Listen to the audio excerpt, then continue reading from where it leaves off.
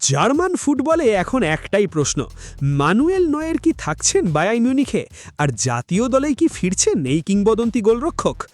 40 বছর বয়সে এসেও নয়ার যেভাবে হেডলাইন দখল করে আছেন, তাতে ফুটবল বিশ্বে এখন জল্পনা তুঙ্গে।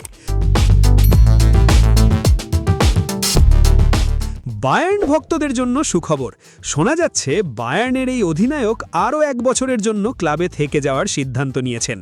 বিভিন্ন রিপোর্ট অনুযায়ী নয়ার আগামী 2027 পর্যন্ত চুক্তি বাড়াতে রাজি হয়েছেন। তবে বড় খবর হলো, ক্লাবের প্রতি ভালোবাসা থেকে তিনি প্রায় 20 মিলিয়ন ইউরো পর্যন্ত বেতন কমাতে রাজি হয়েছেন। আগামী শনিবার কোলনের বিপক্ষে বুন্দেসলিগা ম্যাচের আগেই হয়তো অফিসিয়াল ঘোষণা আসতে পারে। এই সিজনে নয়ারের পারফরম্যান্স 36 ম্যাচে 11টি ক্লিনশিট। বায়ার্ন কর্তৃপক্ষ পুরো সিদ্ধান্তটি নয়ারের ওপরই ছেড়ে দিয়েছিল। এমনকি উলি হোইনেসও জানিয়েছেন, নয়ার চাইলে ক্লাব তাকে রাখতে সনন্দেই রাজি।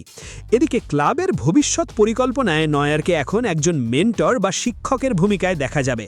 তরুণ গোলরক্ষক জোনাস উরবিগ থাকবেন নয়ারের ব্যাকআপ হিসেবে, যেখানে নয়ার সরাসরি তাকে গ্রুম করবেন।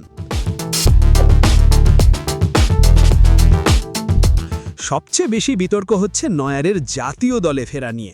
যদিও তিনি আগেই আন্তর্জাতিক ফুটবল থেকে অবসরের ঘোষণা দিয়েছেন, কিন্তু চ্যাম্পিয়ন্স লিগের রিয়াল মাদ্রিদের বিপক্ষে তার অনবদ্য পারফরমেন্স আবারও তাকে দলে ফেরানোর দাবি তুলেছে। 2026 বিশ্বকাপকে সামনে রেখে ফিফাতে যে 55 জনের প্রাথমিক তালিকা দেওয়া হবে, সেখানে নয়ারের নাম থাকার গুঞ্জন উঠেছে।